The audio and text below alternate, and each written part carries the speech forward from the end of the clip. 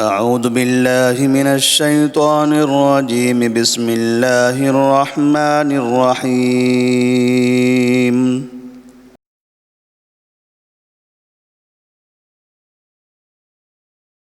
فَإِن طَلَّقَهَا فَلَا تَحِلُّ لَهُ مِن بَعْدُ حَتَّى تَنكِحَ زَوْجًا غَيْرَهُ فَإِن طَلَّقَهَا فَلَا جُنَاحَ عَلَيْهِمَا أَن يَتَرَاجَعَا إِن ظَنَّا أَن يُقِيمَا حُدُودَ اللَّهِ وَتِلْكَ حُدُودُ اللَّهِ يُبَيِّنُهَا لِقَوْمٍ يَعْلَمُونَ۔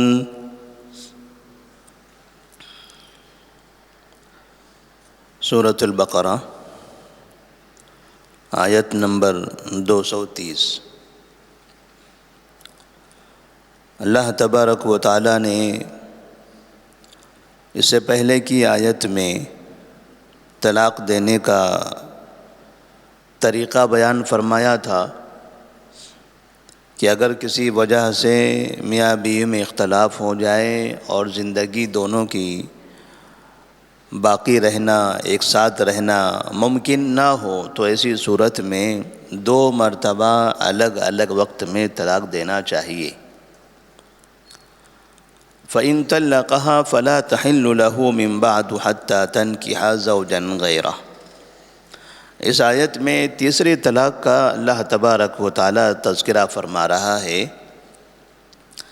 2 طلاق کے بعد اگر کوئی شخص تیسری طلاق دے دیتا ہے تو 2 طلاق کے بعد تو رجوع کرنے کا اختیار ہوگا، لیکن تیسری طلاق کے بعد رجوع کرنے کا کوئی اختیار نہیں ہے، کوئی راستہ نہیں ہے۔ تو ایسی صورت میں اگر تیسری طلاق کے بعد بھی اس شخص کو اسی عورت سے رجوع کرنا ہے، اسی کے ساتھ زوجیت میں رہنا ہے، تو اس کا کیا طریقہ ہے؟ اللہ تبارک و تعالیٰ نے اس آیت میں اس کی طرف اشارہ فرمایا ہے۔ فَإِن طَلَّقَهَا فَلَا تَحِلُّ لَهُ مِن بَعْدُ حَتَّى تَنكِحَ زَوْجًا غَيْرَهُ۔ بس اگر وہ اسے طلاق دے دے، اس طلاق سے مراد تیسری طلاق ہے، اس لیے کہ الطلاق مرتان میں اس سے پہلے کی آیت میں 2 طلاق کا ذکر چلا گیا۔ اگر وہ اسے تیسری طلاق بھی دے دے فلا تحل لہ، تو وہ عورت اس کے لیے اب حلال نہیں ہے۔ حتی تنکح زوجا غیرہ، یہاں تک کہ وہ عورت کسی دوسرے شوہر سے نکاح کر لے۔ فَإِن طَلَّقَهَا فَلَا جُنَاحَ عَلَيْهِمَا، پھر وہ دوسرا شوہر اسے طلاق دے دے، فَلَا جُنَاحَ عَلَيْهِمَا أَن يَتَرَاجَعَا، تو اس پہلے شوہر کے لیے اپنی بیوی کے ساتھ رجوع کرنے میں کوئی حرج نہیں ہے۔ دوسرا شوہر بھی اگر طلاق دے دیتا ہے تو اب پہلا شوہر اس عورت کے ساتھ نئے سرے سے نکاح کر کے رجوع کر سکتا ہے۔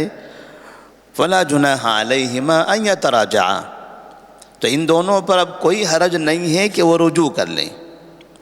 إِن ظَنَّا أَن يُقِيمَا حُدُودَ اللَّهِ، اگر وہ دونوں یہ گمان کرتے ہیں، انہیں ایسا سمجھ میں آتا ہے کہ وہ اللہ کے حدود کو قائم کر سکیں گے، انہیں ایسا لگتا تھا کہ وہ قائم نہیں کر سکتے، تو اس کی وجہ سے انہوں نے ایک بار طلاق دی، پھر دوسری مرتبہ بھی طلاق دے دی، پھر تیسری مرتبہ بھی طلاق دے دی۔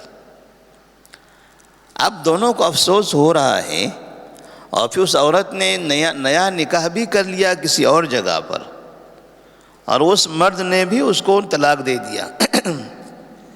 جب اس شوہر کو پتہ چلا تو اب یہ چاہتا ہے کہ اسی عورت سے دوبارہ نکاح کر لے، کیونکہ اب یہ محسوس کر رہا ہے کہ اب وہ اس کے ساتھ اپنی زندگی نبھائے گا، مصیبتوں پر صبر کرے گا اور کسی طرح سے اپنی زندگی کو آگے بڑھائے گا۔ تو ان ظن ان یقیم حدود اللہ، اگر وہ سمجھتے ہیں کہ وہ اللہ کے حدود کو قائم کر سکیں گے، وَتِلْكَ حُدُودُ اللَّهِ يُبَيِّنُهَا لِقَوْمٍ يَعْلَمُونَ، یہ اللہ تبارک و تعالیٰ کے حدود ہیں، اللہ تبارک و تعالیٰ کا یہ نظام ہے، فلا تعتدوا، اس کو وہ بیان کرتا ہے لِقَوْمٍ يَعْلَمُونَ، ایسی قوم کے لیے جو جانتے ہیں، جو یہ مسئلہ جاننا چاہتے ہیں، جو طلاق کے معاملے کو سمجھتے ہیں، ایسے لوگوں کے سامنے اللہ تبارک و تعالیٰ اس مسئلے کی وضاحت کر رہا ہے۔ یہ جو آیت ہے سورۃ البقرہ آیت نمبر 230، اس آیت کا استعمال عام طور پر مسلم معاشرے میں، خاص طور پر ہمارے ملک میں اور پڑوسی ممالک میں بہت زیادہ اس کا غلط استعمال ہوتا ہے۔ اللہ تبارک و تعالیٰ نے اس آیت میں کہا کہ اگر تیسری طلاق شوہر دے دے تو اب اس شوہر کو اپنی بیوی کے ساتھ رجوع کرنے کا یا رہنے کا کوئی راستہ نہیں ہے، اس کے لیے حلال نہیں ہے۔ ایک صورت ہو سکتی ہے حلال ہونے کی، وہ صورت کیا ہے کہ وہ عورت کسی اور شوہر سے نکاح کر لے اور پھر وہ طلاق دے، تب یہ پہلے والا شوہر اس سے رجوع کر سکتا ہے، اس سے نکاح کر سکتا ہے۔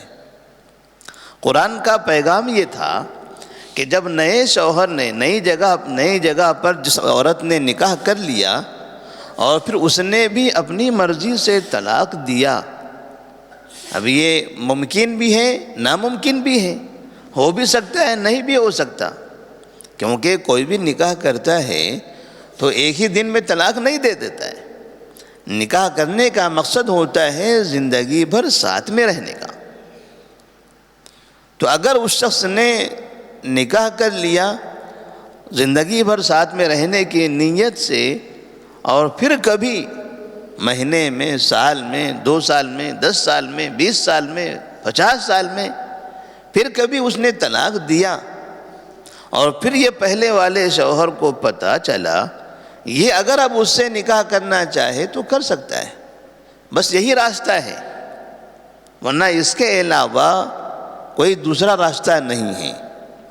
لیکن لوگ اس آیت کا غلط استعمال کرتے ہوئے اس کا مطلب اس طرح سے نکالتے ہیں کہ اگر شوہر نے 3 طلاقیں دے دی، اب یہ دونوں میاں بیوی پریشان ہیں، 3 طلاقیں تو ہو چکی ہیں، اب کیا کریں گے؟ قرآن کہتا ہے کہ دوسرے شوہر سے نکاح کراؤ، وہ طلاق دے گا تب تم نکاح کر سکتے ہو۔ تو باقاعدہ اس کے لیے حلالہ سینٹر بنائے گئے ہیں۔ ہمارے شہر کے اندر بھی کئی جگہ پر حلالہ سینٹرز ہیں جہاں ایک رات کے خفیہ نکاح علماء کی نگرانی میں ہوتے ہیں، مفتیان بھی اس کے شامل ہوتے ہیں، قاضی بھی اس میں شامل ہیں، اور کچھ نئے افراد ادھر کے ادھر کے پکڑ کے لا کے رکھے جاتے ہیں، اور باقاعدہ ایک رات کے نکاح ہوتے ہیں۔ اس کو حلالہ کہا جاتا ہے۔ جیسے مثال کے طور پر کسی شخص نے 3 طلاق دے دی، اب وہ مفتی صاحب کے پاس، قاضی صاحب کے پاس جاتا ہے کہ میں نے اپنی بیوی کو 3 طلاق دیا ہے، مجھے افسوس ہے، میں دوبارہ اس کے ساتھ رہنا چاہتا ہوں۔ اب وہ مفتی صاحب، قاضی صاحب کہتے ہیں ٹھیک ہے، 25,000 آپ دیجئے، 25,000 آپ دیجئے۔ لڑکی سے 25,000 روپیہ لیتا ہے، لڑکے سے 25,000 روپیہ لیتا ہے، کسی نابینا آدمی کو پکڑ لیتا ہے، اس سے ایک رات کے لیے نکاح کرا دیتا ہے، اور شوہر سے کہتا ہے دیکھیے میں آپ کی بیوی کا نکاح اس آدمی سے کرا رہا ہوں، کسی کو کانوں کان خبر نہیں ہونا چاہیے، نہ گھر میں، نہ ماں باپ کو، نہ بھائی بہنوں کو، نہ محلے میں کسی کو، یہ بات صرف ہم تم میں ہو۔ اب یہ آدمی جو نابینا ہے، نابینا کا انتخاب کیوں کیا جاتا ہے؟ اس لیے کہیں ایسا نہ ہو کہ نکاح کے بعد وہ عورت اسے پسند آ جائے، اور کل جب طلاق نامے پر دستخط کروایا جاتا ہے، دستخط کرنے کے لیے اس کو بٹھایا جائے تو وہ رات میں پسند آ گئی تو اب وہ انکار کر دے، تب یہ مصیبت کھڑی ہو جائے گی۔ اسی لیے خاص طور پر نابینا کو رکھا جاتا ہے۔ اگر وہ نہ ملے تو ایسے دوسرے بہت سے افراد ہیں جو باقاعدہ یہ کام کرتے رہتے ہیں، اور یہ حقیقت ہیں، یہ زمینی حقیقتیں ہیں، یہ اس شہر میں بھی کئی جگہوں پر ہوتا ہے، ہندوستان کے کئی علاقوں میں ہے۔ پھر 25 ہزار روپیہ لے کر باقاعدہ ان کا ایک رات کا نکاح ہوتا ہے۔ صبح ہو جانے کے بعد مفتی صاحب وہ دونوں کو بلاتے ہیں، کہتے ہیں یہاں دستخط کرو، طلاق دے دو ابھی۔ اگر وہ آدمی کہہ دے نہیں آج نہیں کل طلاق دوں گا میں، تو اس کو دھمکی دی جاتی ہے، پریشان کیا جاتا ہے، مارنے کی کوشش کی جاتی ہے، کہا تم کو طلاق دینا ہے ابھی۔ وہ اس کا شوہر ہے، اسے نکاح کروایا گیا ہے، لیکن طلاق قاضی دلوا رہا ہے، اور طاقت کے ساتھ، دھمکی کے ساتھ، مجبور کر کے کسی طرح سے، اگر نہ مانے تو کچھ پیسے اسے بھی دیے جاتے ہیں، لے 10,000 روپیہ تم رکھ لو لیکن طلاق دے دو۔ تو اس طرح سے وہ طلاق دے دیتا ہے، اور پھر بعد میں اس عورت کا نکاح وہ پہلے والے شوہر سے کروایا جاتا ہے۔ اس کو کہتے ہیں حلالہ۔ اسی حلالے کے بارے میں چند مہینوں پہلے میڈیا میں بہت باتیں عام کی جا رہی تھی، اور یہ جو حلالہ ہے یہ مسلمانوں میں خاص طور پر حنفی مسلک میں بہت زیادہ ہے، پہلے بھی تھا، آج بھی ہے، اور کب تک یہ گندگی رہے گی اس کا اندازہ نہیں ہے۔ یہ علماء کی نگرانی میں، مفتیان کی نگرانی میں، قاضیوں کی نگرانی میں ہو رہا ہے، اور یہ حرام ہے، یہ حرام کاری ہے۔ عمر بن خطاب رضی اللہ تعالیٰ عنہ کے بارے میں مصنف ابن ابی شیبہ میں یہ لکھا ہوا ہے کہ وہ کہا کرتے تھے کہ اگر مجھے پتہ چلے کہ کہیں پر کوئی حلالہ، جو جس طرح سے یہ حلالہ کرتے ہیں 1-2 رات کا جو نکاح ہوتا ہے، اگر ان لوگوں کے بارے میں پتہ چلے کہ کسی نے حلالہ کیا ہے اور کسی نے حلالہ کروایا ہے، تو کرنے والے اور کرانے والے دونوں کو میں رجم کر دوں گا، دونوں کو میں پکڑ کر پتھروں سے سنگباری کر کے اتنا ماروں گا کہ وہ مر جائے۔ یعنی ان کو میں پھانسی نہیں دوں گا، تلوار سے قتل نہیں کروں گا، بلکہ سامنے کھڑا کر کے پتھروں سے مارنے لگاؤں گا، اتنا ماریں گے اس کو، اتنا ماریں گے کہ اس کی جان نکل جائے۔ عمر فاروق رضی اللہ تعالیٰ عنہ کے بارے میں باقاعدہ 3 طلاق کے فتوے دیے جاتے ہیں کہ عمر فاروق نے 3 طلاق کو 3 مانا تھا، اور عمر فاروق نے حلالہ کرانے والے کو پتھروں سے رجم کرنے کا کہا تھا۔ یہ بات چھپائی جاتی ہے، یہ بات نہیں بتائی جاتی۔ اسی عمر فاروق رضی اللہ تعالیٰ عنہ کے بارے میں بتایا جاتا ہے کہ انہوں نے 3 طلاق کو 3 مانا تھا۔ اسی طرح سے نبی کریم صلی اللہ علیہ وسلم نے باقاعدہ حلالہ کرنے اور کروانے والے پر لعنت فرمائی ہے۔ عبداللہ بن مسعود رضی اللہ تعالیٰ عنہ فرماتے ہیں کہ آپ نے لعنت کی ہے اس شخص پر جو حلالہ کرتا ہے یا کرواتا ہے۔ ایک دوسری روایت میں باقاعدہ اللہ تبارک و تعالیٰ کی لعنت کا ذکر ہے، اللہ لعنت بھیجے، سید المرسلین صلی اللہ علیہ وسلم لعنت بھیجے۔ عمر فاروق رضی اللہ تعالیٰ عنہ باقاعدہ ایسے شخص کو رجم کرنے کا حکم دیتے، اور مسلمان اس کو دین سمجھ کر، اس کو اپنی عبادت سمجھ کر، اپنا مسلک سمجھ کر اس پر عمل کریں، اور یہ کہے کہ نہیں یہ قرآن کا مسئلہ ہے، یہ حدیث میں، ہمارے تھاٹ میں نہیں ہے، ہمارا تھاٹ، ہمارا فقہ، ہمارا مذہب، ہمارا مسلک یہ الگ ہے، یہ قرآن میں ہے، یہ حدیث میں ہے، قرآن میں ہے، لیکن ہمارے مسلک میں ایسا نہیں ہے، ہم اپنے مسلک کے تابع ہیں۔ مسلک کے نام پر مسلمان عورتوں کی عزتیں لوٹی جا رہی ہیں، اور جو نکاح طلاق کے شرط پر ہو وہ نکاح حلال نہیں ہے۔ مثال کے طور پر قاضی نکاح پڑھاتے وقت میں یہ کہہ دے کہ میں تمہارا نکاح کرا رہا ہوں اس عورت سے اس شرط پر کہ تم نے اس کو کل صبح طلاق دینا ہے، یہ نکاح ہی نہیں ہوتا۔ اب اس نکاح کے بعد اگر وہ دونوں میاں بیوی ساتھ میں رہتے ہیں تو وہ حلال نہیں ہوں گے، وہ حرام ہوں گے، کیونکہ طلاق کی شرط پر نکاح کرانا گیا تھا، لہذا طلاق کی شرط پر نکاح نہیں ہوتا۔ اب اس کے بعد جو عورتوں اور مرد عورت کی زندگی ہوگی وہ حرام ہوگی۔ اس کا مطلب یہ ہوا کہ ادھر مسلمان مردوں اور عورتوں سے جو گناہ ہوا، طلاق کا گناہ، جو انہوں نے طلاق دے دیا جذبات میں، ان سے پیسہ بھی لوٹا گیا، ناجائز ان کو حرام کام کروایا بھی گیا، باقاعدہ دین بنا کر یہ گندا کھیل کھیلا بھی گیا، اور پھر ان لوگوں کو پھر اس پہلے شوہر سے نکاح کروایا گیا۔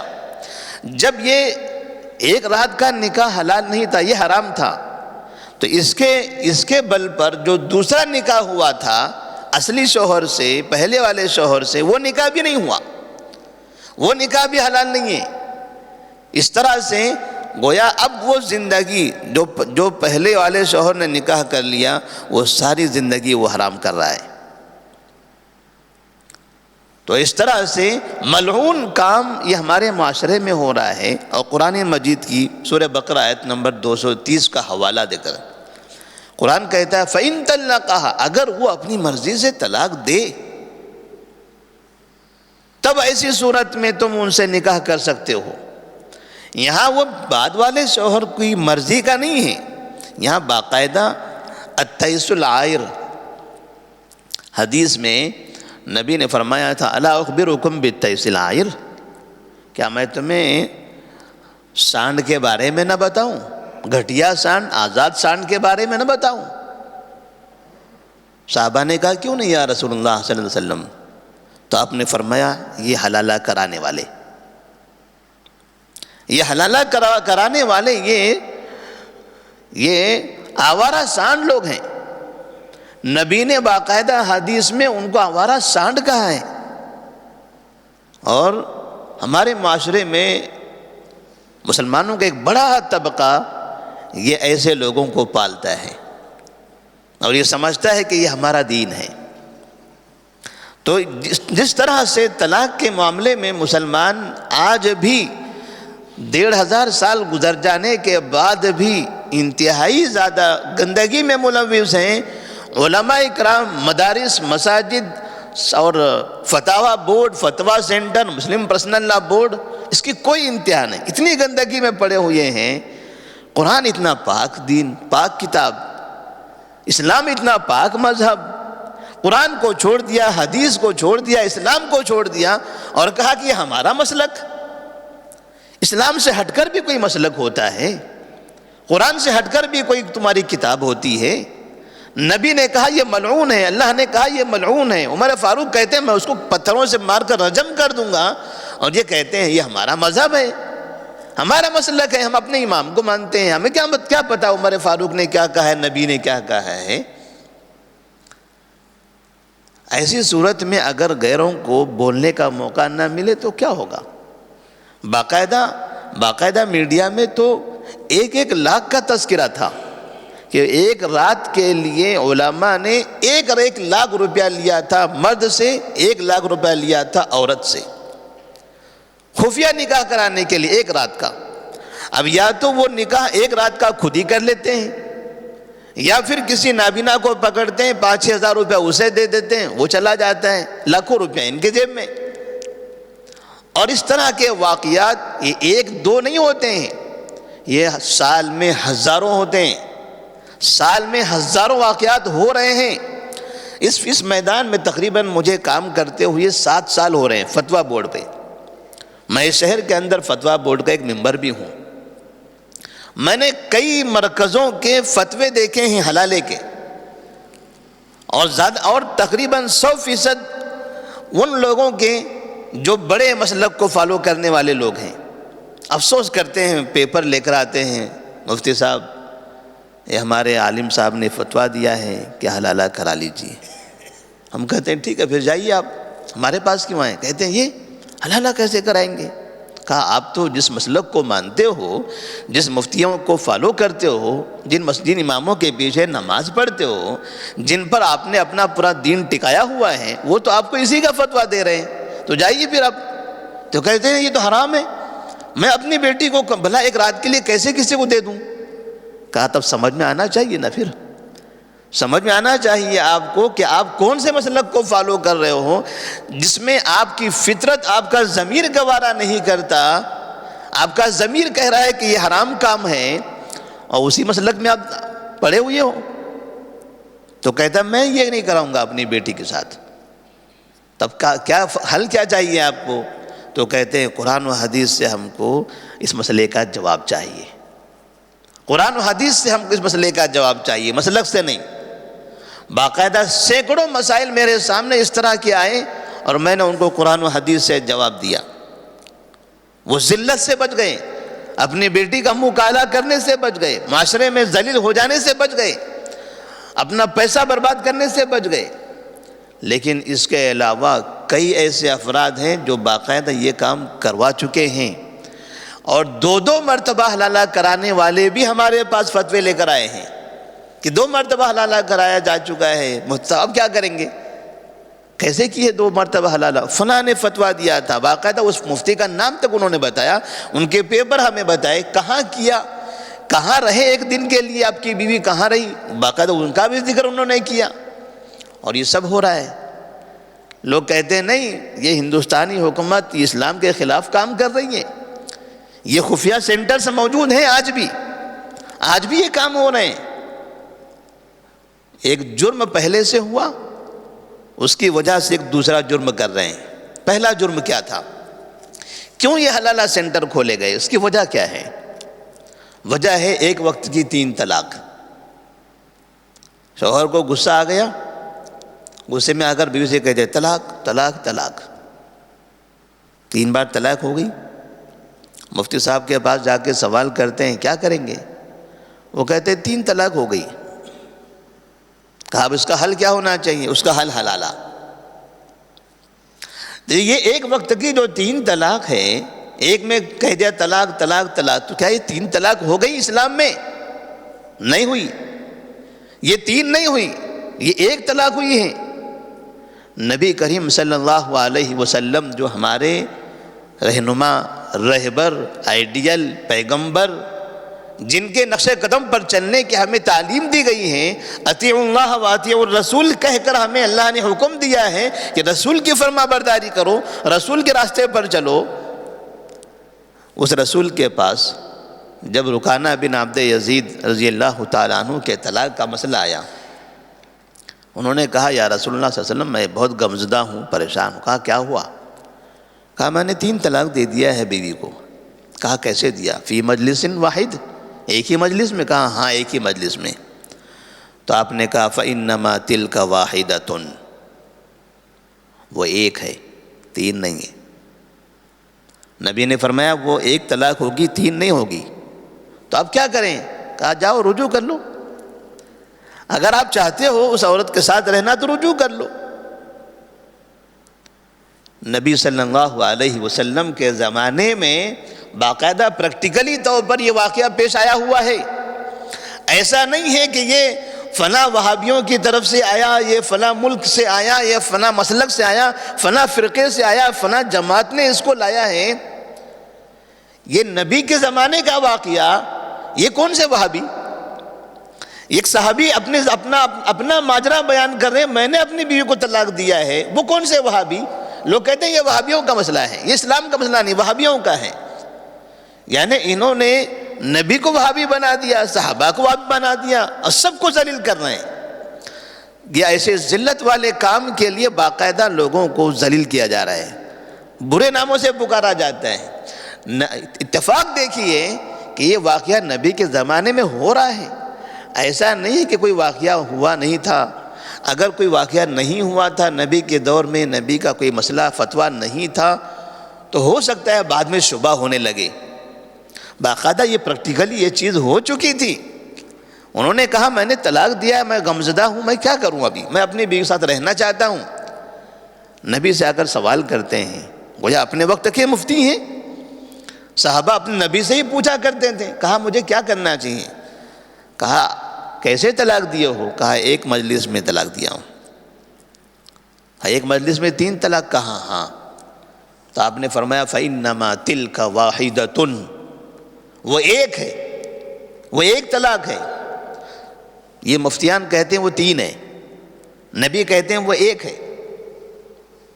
اور پھر آپ کو کہا کہ جائیے اگر آپ چاہتے ہو تو رجوع کر لو. صحیح مسلم کی روایت میں بھی ہے، صحیح مسلم کی روایت میں باقاعدہ اس بات کی وضاحت ہے کہ نبی کریم صلی اللہ علیہ وسلم کے زمانے میں 3 طلاق، ایک مجلس کی 3 طلاق ایک مانی جاتی تھی۔ ابوبکر صدیق رضی اللہ تعالیٰ عنہ کے زمانے میں بھی 3 طلاق ایک مانی جاتی تھی۔ عمر فاروق رضی اللہ تعالیٰ عنہ کے زمانے میں ابتدائی 2 سالوں میں 3 طلاق ایک مانی جاتی تھی، لیکن عمر فاروق نے دیکھا کہ لوگ طلاق میں جلد بازی بہت کر رہے ہیں، کھلواڑ کر رہے ہیں طلاق کا۔ تب عمر فاروق نے کہا دیکھو اب اگر کوئی کھلواڑ کرے گا، یہ 3 طلاق بولتا چلا جائے گا، میں 3 نافذ کر دوں گا۔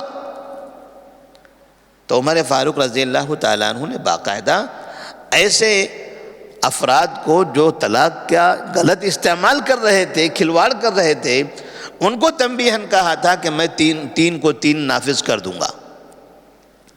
جبکہ نبی کے زمانے میں 3 طلاق ایک ہو رہی تھی، صحیح مسلم کی روایت۔ ابوبکر صدیق کے زمانے میں 3 طلاق ایک ہو رہی ہیں۔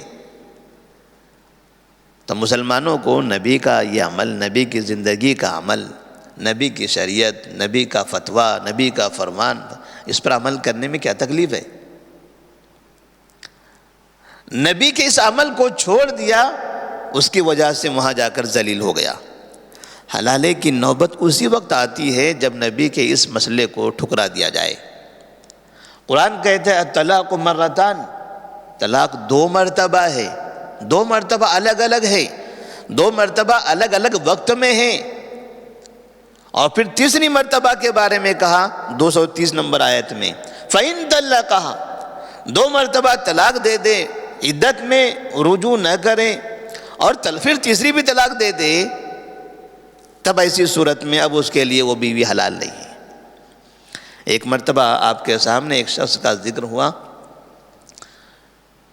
طلاق کے معاملے میں ایک شخص نے ایک وقت میں 3 طلاق دے دیا تھا۔ نبی نے جب سنا آپ غصے میں آ گئے، ایلعب بکتاب اللہ، کیا اللہ کی کتاب کے ساتھ کھلواڑ کیا جائے گا؟ اللہ نے طلاق کا طریقہ تو یہ بتا دیا ہے، یہ ایک مجلس میں 3 طلاق کیوں دے رہے ہیں لوگ؟ ہماری موجودگی میں اللہ کی کتاب کے ساتھ کھلواڑ کیا جا رہا ہے۔ ایک صحابی نے دیکھا کہ آپ کو بہت غصہ آ گیا اس آدمی کے مسئلے پر، تو انہوں نے کہا یا رسول اللہ صلی اللہ علیہ وسلم، آپ مجھے اجازت دیجئے، میں اسی گردن تو کاٹ دیتا ہوں۔ یہ کیسے اللہ کی کتاب کے ساتھ کھلواڑ کر رہا ہے؟ قرآن کہتا ہے الگ الگ وقت میں 3 طلاق دینا ہے، یہ ایک وقت میں 3 طلاق دے کر اللہ کی کتاب کے ساتھ کھلواڑ کر رہا ہے، مجھے اجازت دیجئے میں اس کو قتل کر دیتا ہوں۔ اتنا مبغوض عمل، اتنا ملعون عمل، اس عمل کو باقاعدہ علماء نے عام بنا دیا، اور 3 طلاق، ایک مجلس کی 3 طلاق کو 3 منوا کر، 3 کے فتوے دے کر بعد میں یہ حلالہ جیسے گندا کام شروع کر دیا۔ وہ حلالے کا نکاح وہ بھی حرام، حلالے کے بعد جو نکاح ہو رہا ہے وہ بھی حرام، اور اس طرح سے مسلمان، کئی ہزاروں مسلمان باقاعدہ ہندوستان میں اسی طرح کی زندگی گزار رہے ہیں۔ ان سب کا جرم یہ علماء پر ہے، مسلم پرسنل لا بورڈ کے سر پر ہے، یہ سیدھے پرسنل لا بورڈ کے سر پر ہے، جو باقاعدہ حلالے کو 3 طلاق کو اپنے سر پر اٹھا کر شان سے فخر سے پوری ہندوستان میں پھر رہی ہے۔ یہ اس کے اوپر جرم ہے اس کا۔ جو گندے کام گلی گلی میں ہو رہے ہیں، یہ فتویٰ بورڈ میں، قضاء سینٹروں میں ہو رہے ہیں، ان سب کے مجرم مسلم پرسنل لا بورڈ ہے۔ ان لوگوں نے اس کو زندہ رکھا ہوا ہے، یہ قرآن کو نہیں ماننا چاہ رہے ہیں۔ باقاعدہ سپریم کورٹ کے اندر قرآن کی طرف سے حوالہ دے کر بتایا گیا تھا کہ اسلام کے اندر 3 طلاق ایک ہو مانی جاتی ہے، 3 نہیں مانی جاتی۔ تو مسلم پرسنل لا بورڈ نے کہا تھا اسلام میں ہے، قرآن میں ہے، حدیث میں ہے، ہمارے تھاٹ میں نہیں ہے، ہمارے مسلک میں نہیں ہے، ہمارا مسلک حنفی مسلک الگ ہے۔ جب پارلیمنٹ کے اندر ایک ہندو عورت نے کہا کہ 3 طلاق ایک ہوتی ہے اسلام کے اندر، قرآن کے اندر، قرآن کی آیت کا حوالہ دیا، تو دیوبند کا ایک بڑا عالم اٹھ کر کہتا ہے وہ اس میں ہے، یہ ہمارا تھاٹ الگ ہے، ہمارے تھاٹ کے اندر باقاعدہ 3 طلاق 3 ہوتی ہے، اور جو وہ مانتے ہیں قرآن کی وہ 3 طلاق کو ایک مانتے ہیں، وہ دہشت گرد لوگ ہیں۔ انہوں نے اس وقت سلفیوں کی طرف اشارہ کیا تھا۔ وہ دہشت گرد لوگوں کا طریقہ ہے۔ اتنا ہنگامہ قرآن کی اتنی واضح آیت پر اپنی ہی بیویوں کے ساتھ، اپنی ہی عورتوں کے ساتھ۔ اور ایک افسوسناک بات میں آپ کو بتا دوں، جب کبھی بھی کسی بڑے عالم کی بیٹی، کسی بڑے عالم مفتی کی بہن، اگر ان کو ایک مجلس میں 3 طلاق دیا جاتا ہے تو آپ کو سن کر یہ سمجھ میں اندازہ ہوگا کبھی وہ یہ فتویٰ نہیں دیتے ہیں کہ جاؤ تمہارا لگا لو، اس لیے کہ طلاق کسی کے ساتھ بھی ہو سکتا ہے۔ ایک مالدار آدمی کی بیٹی کے ساتھ بھی طلاق ہو سکتا ہے، حاکم ہے اس کی بیٹی کو بھی کوئی طلاق دے سکتا ہے، حاکم خود بھی اپنی بیوی کو طلاق دے سکتا ہے، علماء اپنی بیویوں کو طلاق دے سکتے ہیں، علماء کی بیٹیاں کہیں گئی ہیں ان کو بھی طلاق ہو سکتا ہے، ان کی بہنیں کسی گھر میں گئی ہیں وہاں بھی طلاق ہو سکتی ہے۔ ایسے کئی مسائل، کئی مفتیوں کے فتوے، باقاعدہ مفتیان ہمارے سامنے آ کر بیٹھے ہیں جن کی بہنوں کو طلاق ہوئی تھی، اور وہ ہم سے کہہ رہے ہیں کہ کتاب و سنت کے حساب سے جواب دیجئے کہ اگر ہماری بہن کو ہمارے بہنوئی نے ایک وقت مجلس میں 3 طلاق دیا ہے تو ایسی صورت میں کتاب و سنت میں کیا فتویٰ ہے؟ ہم نے لکھ کر دیا کہ وہ طلاق ایک ہی ہوگی، وہ خود مفتی ہیں۔ اگر ان کے پاس کسی دوسرے کی بیٹی کا مسئلہ جاتا تو وہ لکھ دیتے حلالہ کرا لو، 3 طلاق ہو گئی۔ جب ان کی بیٹی کا مسئلہ آیا، ان کی بہن کا مسئلہ آیا تو باقاعدہ انہوں نے کتاب و سنت کی طرف رجوع کیا۔ کتنا بڑا دھوکہ ہے یہ! اس کا مطلب یہ ہے کہ جس چیز کا فتویٰ آپ قوم کی بیٹیوں کو دے رہے ہو وہ مسئلہ تمہارا ضمیر کہہ رہا ہے کہ وہ غلط ہے۔ تم وہی دین، وہی شریعت اپنی بیٹیوں پر نافذ نہیں کرنا چاہتے، اپنی بہنوں پر جاری نہیں کرنا چاہتے، دوسروں کی بہنیں اور بیٹیوں پر جاری کرنا چاہتے ہیں، اور یہ چیلنج ہے باقاعدہ، یہ پریکٹیکلی ہے میری آنکھوں کے سامنے۔ میرے سامنے کئی مفتیوں کے فتوے ایسے آئے ہوئے ہیں، ان کی بیٹی کا طلاق ہوا، ان کی بہنوں کا طلاق ہوا، اور میں نے اس پر فتویٰ لکھا ہے۔ ہم نے ان سے پوچھا بھی آپ کے پاس تو یہ مسئلہ ہے پھر؟ کہا نہیں، ہم کو قرآن و حدیث سے چاہیے، ہم کو قرآن و حدیث سے چاہیے، پھر قوم کی بیٹیوں کو نہیں، ان کو حلالہ کروانا ہے۔ اللہ تبارک و تعالیٰ سے دعا کہ اللہ تبارک و تعالیٰ مسلمانوں کو قرآن پڑھنے کی توفیق عطا فرمائے، اسلام کو صحیح طرح سے سمجھنے کی توفیق عطا فرمائے۔ اسلام کا پیغام جو ایک صاف پیغام ہے، جو ایک سادہ شفاف مذہب ہے، جو پاک مذہب ہے، جو ہماری بیٹیوں کو عزت بخشتا ہے، جو ہماری بہنوں کو، ہماری عورتوں کو عظمت والا بنا دیتا ہے۔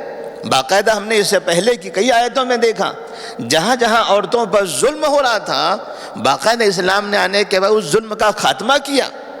جہاں عورت کا غلط استعمال ہوتا تھا، اسلام نے عورتوں کو عزت بخشی ہے۔ اگر قرآن پڑھو گے تو مسلمان بھی اپنی عورتوں کو عزت بخشیں گے۔ قرآن پر ایمان لانے کی ضرورت ہے۔ مسلکی تعصب، اماموں کے نام پر وہ غلط حرکتیں، اللہ سے دعا ہے اللہ تبارک و تعالیٰ ان تمام لوگوں کو ہدایت دے دے۔ مسلم پرسنل لا بورڈ جو اس کام کو آگے بڑھا رہی ہیں، اللہ تعالیٰ اس بورڈ کے اندر ایسے افراد کو شامل کریں جو قرآن و حدیث کو اپنا دستور بنائے، اپنا نصب العین بنائے۔ وآخر دعوانا الحمدللہ رب العالمین، والسلام علیکم ورحمۃ اللہ وبرکاتہ۔